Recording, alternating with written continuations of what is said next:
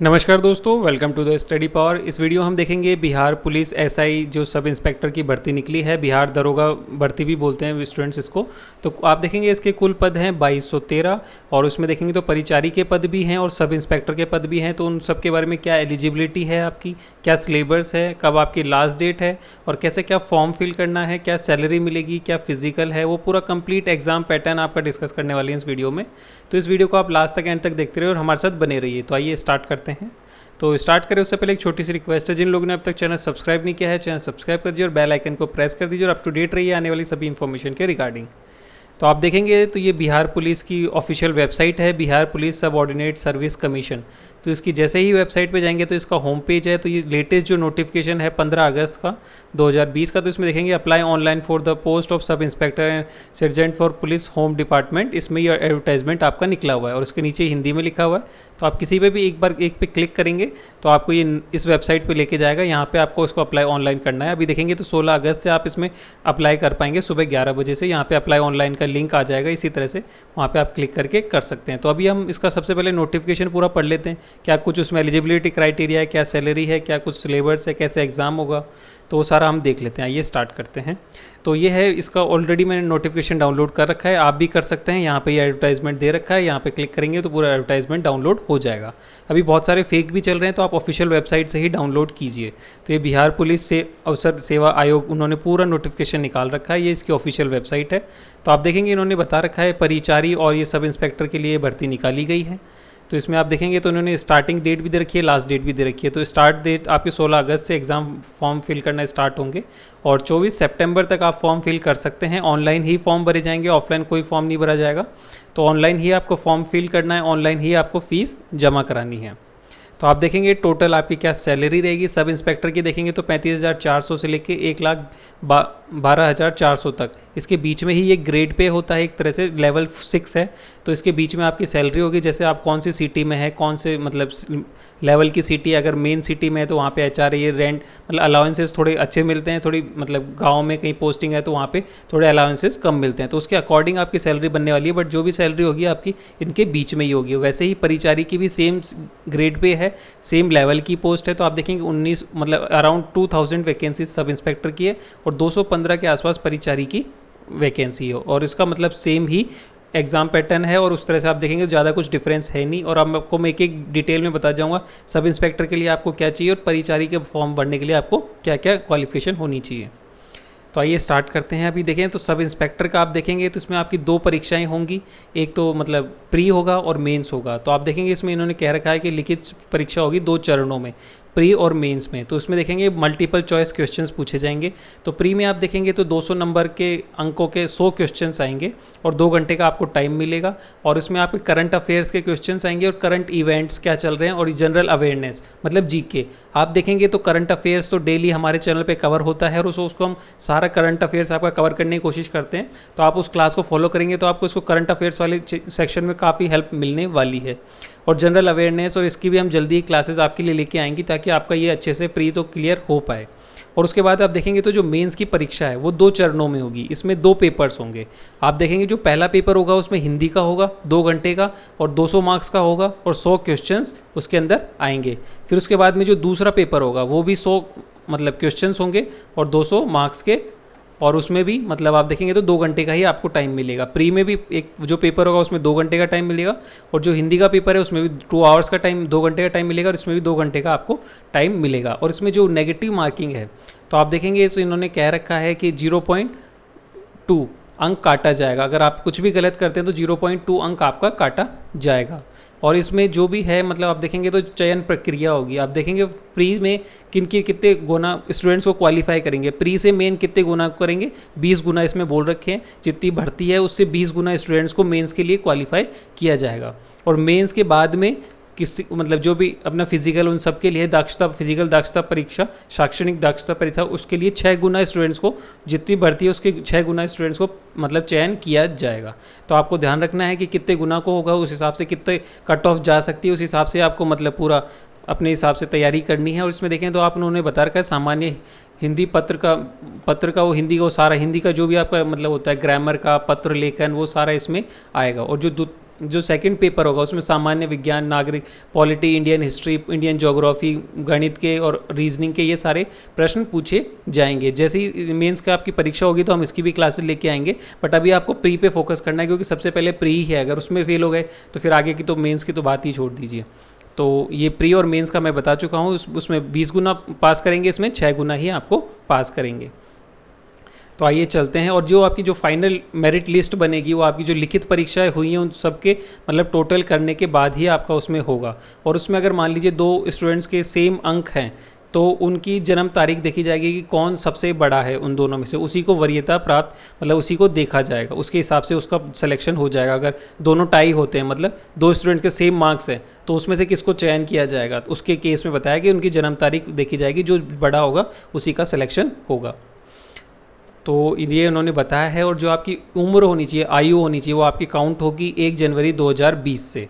और जो शैक्षणिक योग्यता है आपकी, मतलब जैसे शैक्षणिक योग्यता में आपको ग्रेजुएशन चाहिए, किसी भी स्नातक किसी भी सेंटर या फिर राज्य सरकार द्वारा मान्य कॉलेज या किसी से आपको ग्रेजुएशन होनी चाहिए। और वो कब से काउंट होगी, उससे पहले चाहिए 1 अगस्त 2020 से पहले आपके पास डिग्री होनी चाहिए ग्रेजुएशन की।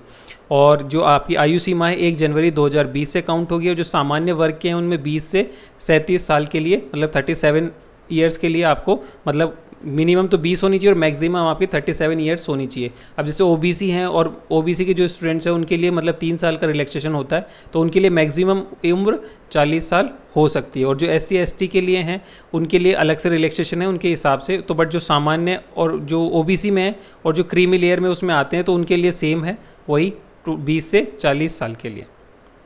तो अभी आपकी क्या हाइट होनी चाहिए और क्या कुछ होना चाहिए। अब जो सामान्य वर्ग में है और जो पिछड़ा वर्ग में है मतलब जनरल और ओबीसी कैटेगरी के जो भी मेल कैंडिडेट है उनकी 165 सेंटीमीटर हाइट होनी चाहिए न्यूनतम, मतलब कम से कम इतनी तो होनी ही चाहिए। और अन्य पिछड़ा वर्ग SC ST के जो भी हैं उनकी 160 सेंटीमीटर होनी चाहिए। और जो भी महिला वर्ग में है, महिलाएं हैं, उनकी हाइट 155 सेंटीमीटर होनी चाहिए और 48 kg उनका वजन होना चाहिए। अब पुरुषों के लिए बात कर लेते हैं, सीना उनका कितना होना चाहिए, तो बिना फूला 81 सेंटीमीटर होना चाहिए। ये मैं बात कर रहा हूँ सामान्य और OBC के लिए। और जब फूल जाए तो 5 सेंटीमीटर का अंतर आना चाहिए। इसमें ये क्लियरली कह रखा है कि फूलने के बाद सीने में कम से कम 5 सेंटीमीटर का अंतर आना अनिवार्य है। तो SC ST के लिए 79 सेंटीमीटर है और फूलने के बाद में 5 सेंटीमीटर का 84 सेंटीमीटर न्यूनतम बढ़ना चाहिए। तो ये आपकी फ़िज़िकल भी आप अपनी एक बार मेज़र कर लीजिए। और अगर अभी टाइम है लास्ट डेट में भी और फिज़िकल परीक्षा होने में भी, अगर आपका ये सब नहीं है, थोड़ा सीना है, तो आप एक्सरसाइज करके इसको कर सकते हैं। और शारीरिक दक्षता परीक्षा मतलब दौड़ के लिए वो सब भी आपको करना पड़ेगा। तो दौड़ आपको मतलब कितना दौड़ना है, कितने टाइम में, तो आपको 1 मील दौड़ना है 6 मिनट और 30 सेकंड में। आपको 1 मील दौड़ना है 6 मिनट और 30 सेकंड में। आप देखेंगे तो महिलाओं के लिए है कि 1 किलोमीटर की दौड़ के लिए 6 मिनट का समय निर्धारित किया गया। अगर उससे कोई ज़्यादा समय लेता है तो उसको डिस्क्वालीफाई समझा जाएगा। ऊंची कूद में पुरुषों के लिए 4 फीट आपको कूदना है और महिलाओं के लिए 3 फीट। और लंबी कूद में मतलब पुरुषों के लिए आपको 12 फीट और महिलाओं के लिए 9 फीट। और गोला फेंक मतलब एक भारी सा गोला होगा, उसको आपको फेंकना है, तो वो 16 पाउंड का गोला होगा और उसको आपको 16 फीट ही फेंकना है। और महिलाओं के लिए 12 पाउंड का होगा और 10 फीट उनको फेंकना है। अभी आप देखेंगे तो जो परिचारी है उसके लिए आपको पूरा बता रखा है इसमें आपकी मतलब सॉरी परिचारी नहीं, इसमें तो ये बता रखा है कि आपकी जो भी रिजर्वेशन की कैटेगरी किस हिसाब से डिवाइड की गई है। अब जैसे आप ये देखेंगे तो SI के टोटल पद इतने हैं, इसमें से आप देखेंगे अनुसूचित जाति, अनुसूचित जनजाति, उन सबको आराम क्लासीफाई किया गया है। और उसके अंदर भी देखेंगे तो महिलाओं के लिए 35% मतलब सीटें आरक्षित कर रखी हैं। तो आप ये देख सकते हैं कि आपकी मतलब कैटेगरी और मेल कैटेगरी में कितनी सीटें आपके लिए बच गई। तो आप देखेंगे कॉम्पिटिशन काफ़ी टफ होने वाला है, कट ऑफ काफ़ी ऊपर जाएगी क्योंकि सीटें बहुत ही कम है, इतनी ज़्यादा है नहीं। तो उस हिसाब से आपको इसकी तैयारी करनी है और अच्छे से पढ़ना है, तभी आपको इसमें जाके मतलब सिलेक्शन होगा।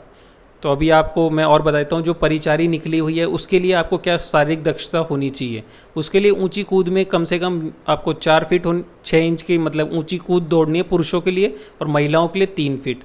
और लंबी कूद के लिए 15 फीट पुरुषों के लिए और महिलाओं के लिए 9 फीट ये परिचारी की मैं बता रहा हूँ, सब इंस्पेक्टर की मैं ऑलरेडी बता चुका हूँ। गोला फेंक में आप देखेंगे तो 16 पाउंड का गोला 20 फीट तक फेंकना होगा और महिलाओं को 12 पाउंड का 10 फीट तक फेंकना होगा। तो ये परिचारी का मैं बता रहा हूँ सारा। और उसमें भी आप देखेंगे तो सीट क्लासिफिकेशन उन्होंने कर रखा है, अनुसूचित जाति जनजाति किस हिसाब से 215 सीटें हैं, उसमें से देखेंगे तो 76 तो सिर्फ महिलाओं के लिए आरक्षित की गई है।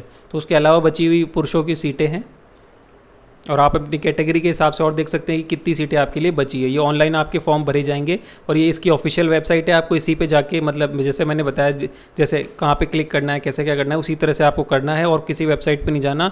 और सारी वेबसाइट फेक है, यही इसकी एक ऑफिशियल वेबसाइट है। और जो भी अपडेट होती है हमारे चैनल पर आती रहती है, तो आप हमारे चैनल को भी सब्सक्राइब कर सकते हैं। और आप देखेंगे जो आपकी फ़ीस है, तो आप देखेंगे जो सामान्य आपको मतलब SC ST है और महिला वर्ग है उनके लिए तो 400 रुपये है और बाकी सभी के लिए 700 रुपये फ़ीस रखी गई है। और फॉर्म सिर्फ आपका ऑनलाइन ही भरा जाएगा, ऑफलाइन कोई भी फॉर्म नहीं होगा। तो ये इसका लिंक है, उन्होंने बता रखा है, इस पर जाके आप आराम से अपना फॉर्म फिल कर सकते हैं। अभी आप बात करें तो इसमें जो न्यूनतम अंक है आपको क्वालिफाई के लिए करना पड़ेगा, वही मतलब इसमें तो एज लिमिट बता रखी है जो मैं आपको ऑलरेडी बता चुका हूँ कि पुरुषों के लिए 20 मिनिमम 20 होनी चाहिए, 37 होनी चाहिए। और आप देखेंगे तो जो अधिक महिलाओं के लिए उन्होंने 20 से 40 बता रखी है, सामान्य में भी और EWS में भी, OBC में भी और SC ST में 2 साल का और रिलैक्सेशन दे रखा है, 42 ईयर्स होनी चाहिए। तो अभी ये फ़ीस के बारे में बताया है जो मैं आपको ऑलरेडी बता चुका हूँ। सिर्फ SC ST के लिए और महिलाओं के SC ST की महिलाओं के लिए 400 रुपये है और बाकी सब के लिए आपको 700 रुपये फ़ीस है। तो आपकी जो एजुकेशन क्वालिफिकेशन है वो 1 अगस्त से मान्य होगी, ये भी मैं ऑलरेडी आपको बता चुका हूँ। और जो भी जैसे एक्स सर्विसमैन है, कोई बिहार गवर्नमेंट में पहले से काम कर रहा है, तो उनके लिए अलग से थोड़े से रिलैक्सेशन गवर्नमेंट ने दे रखे हैं। वो पूरा नोटिफिकेशन आप पढ़ेंगे तो उसको आप मतलब अच्छे से देख सकते हैं, उसके मैं डेप्थ में नहीं जाऊँगा। तो अभी आप देखेंगे तो जो आपका पेपर होने वाला है, मैं बात कर लेता हूँ प्री की। प्री में देखेंगे तो आपके करंट इवेंट्स होंगे और जनरल नॉलेज और अवेयरनेस के क्वेश्चंस आएंगे। आपके 200 क्वेश्चंस होंगे, 100 मार्क्स के होंगे और आप देखेंगे तो 2 घंटे का ही आपके पास टाइम मिलेगा। तो इसमें आप देखेंगे तो 2 घंटे का टाइम है, 200 क्वेश्चंस हैं, 100 मार्क्स के हैं।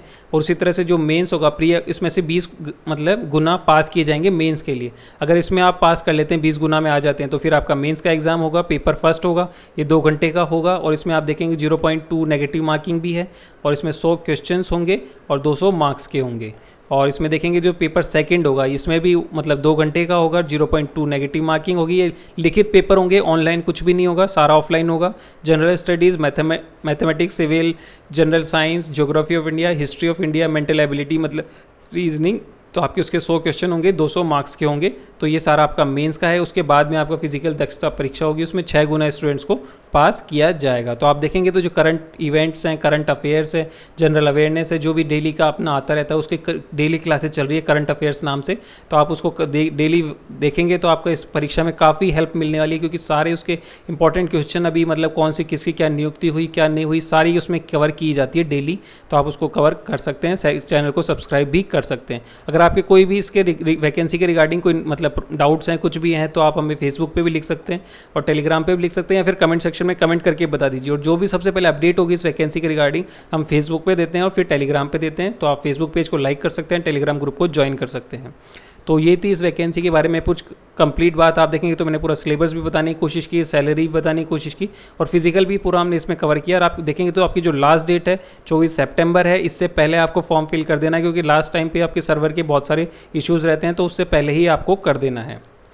तो जिन लोगों ने अब तक चैनल सब्सक्राइब नहीं किया है, चैनल सब्सक्राइब कर दीजिए और बेल आइकन को प्रेस कर दीजिए। अप टू डेट रहिए आने वाली सभी इन्फॉर्मेशन के regarding. So thank you for watching.